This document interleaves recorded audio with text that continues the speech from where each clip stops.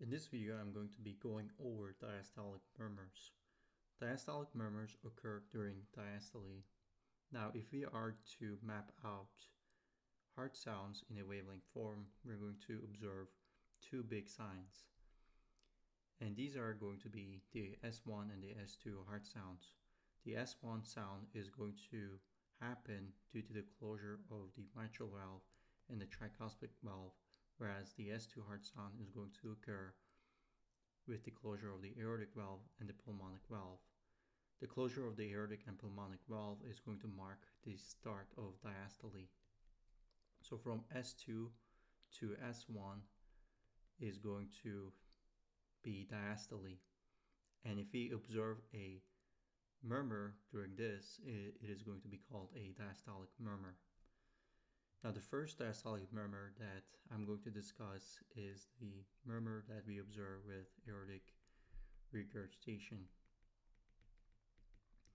So during diastole, as we said, the aortic and pulmonic valves are going to be closed, and the mitral and tricuspid valves are open, filling the ventricles.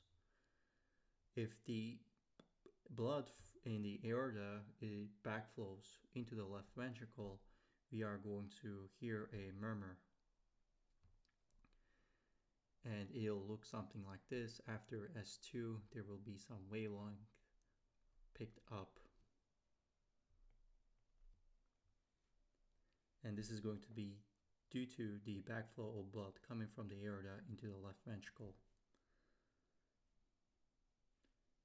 The murmur of mitral stenosis is also considered a diastolic murmur.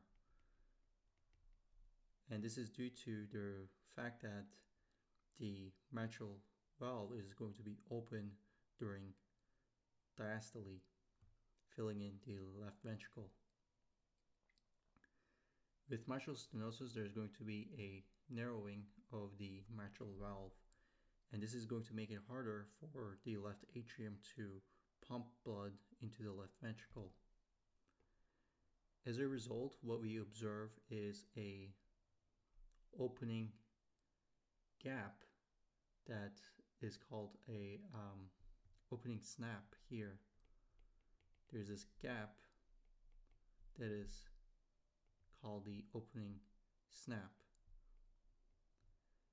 And this is going to occur due to the fact that it is harder for the left atrium to push out blood into the left ventricle.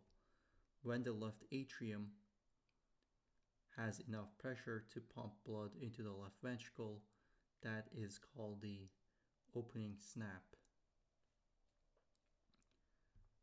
And this is what is going to separate mitral stenosis from aortic regurgitation.